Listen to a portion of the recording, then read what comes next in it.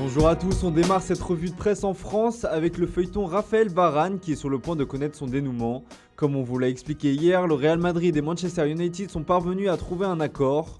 Varane file vers Manchester United, peut-on lire en une du quotidien L'Équipe.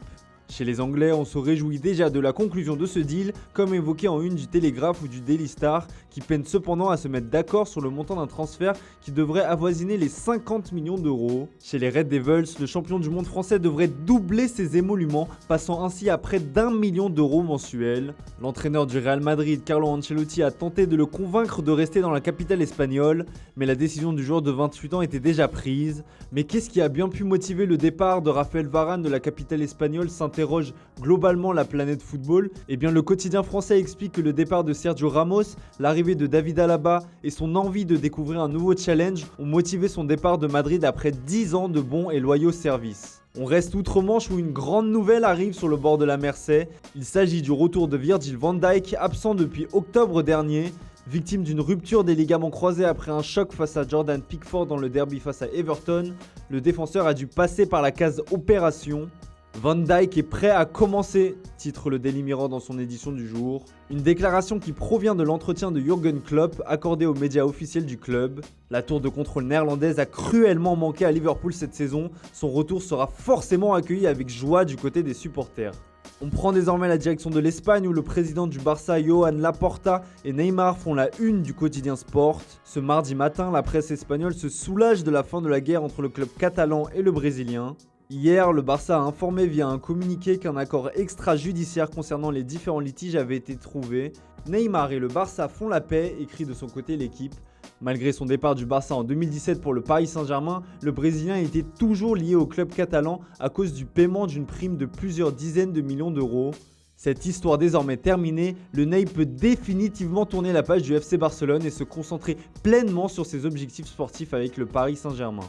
On file en Italie où Cristiano Ronaldo fait encore la une des quotidiens transalpins. Le quintuple Ballon d'Or a fait son grand retour à Turin hier. Il a été accueilli en grande pompe par les tifosi de la Juve qui ont visiblement tenté de lui faire passer un message en leur clamant leur amour.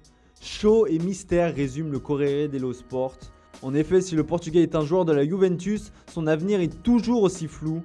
Le quotidien italien explique que le PSG maintient toujours des contacts avec le clan Ronaldo, au cas où Kylian Mbappé viendrait à prendre la tangente. L'opération reconquête du cœur de CR7 est clairement lancée à la Juventus. On reste dans la botte et chez la vieille dame qui va enfin s'activer sur le marché des transferts dans le sens des arrivées. La première recrue de ce mercato estival se nommerait Caio Jorge. Le jeune attaquant brésilien de 19 ans est la nouvelle pépite du football brésilien au point d'être qualifié de nouveau Ronaldo. Les Bianconeri ont un préaccord avec lui pour une signature après la fin de son contrat en décembre. Reste à savoir s'ils vont payer Santos pour anticiper sa venue dès cet été. Une arrivée qui pourrait être suivie par celle de Manuel Locatelli comme l'explique le Quotidiano Sportivo. On apprend que la Juve serait prête à sacrifier son défenseur turc Demiral afin de financer l'opération du milieu de terrain de Sassuolo, priorité absolue de Massimiliano Allegri. Les supporters s'impatientaient probablement, mais ça bouge enfin du côté de Turin. On termine ce tour de la presse sportive avec Sergio Ramos, l'une des recrues phares du mercato estival du Paris Saint-Germain. Le défenseur espagnol n'a toujours pas fait ses premiers pas avec le club de la capitale et il va falloir attendre encore un peu. C'est quoi le problème ? Écrit le Parisien dans ses pages intérieures. Ramos, y a un os, titre de son côté L'Équipe.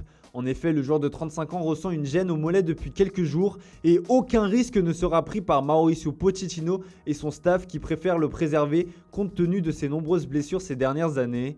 Sergio Ramos sera donc absent pour le match amical face à Séville, rencontre prévue ce soir à 20h. Sa présence est également fortement compromise pour le trophée des champions face à Lille ce dimanche. Il faudra donc encore un peu de patience avant de voir Sergio Ramos démarrer sous ses nouvelles couleurs.